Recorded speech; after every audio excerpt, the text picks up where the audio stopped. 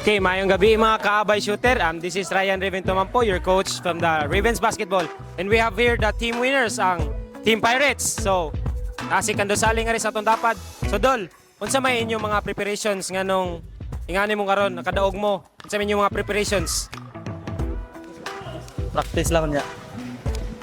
Undang na ang bisyo, di na mo inom nga na ba? Di na mo, big training nga. Inuntang daw ang bisyo. So, ang rin ato MVP si Mr. Borleo. Mr. Borleo, unsa may imo masulti karon sa imong performance from both offense to defense? Medyo ni trabaho gid ka. So unsa imo masulti sa imong performance karong gabi? Idol. Nindot kay. First time ko nakasud ani nga.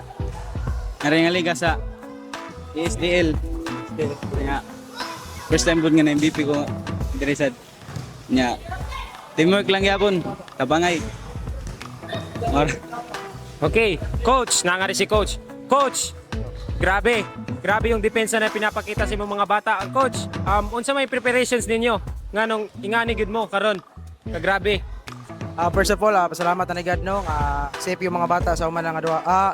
Preparation namo is practice lang.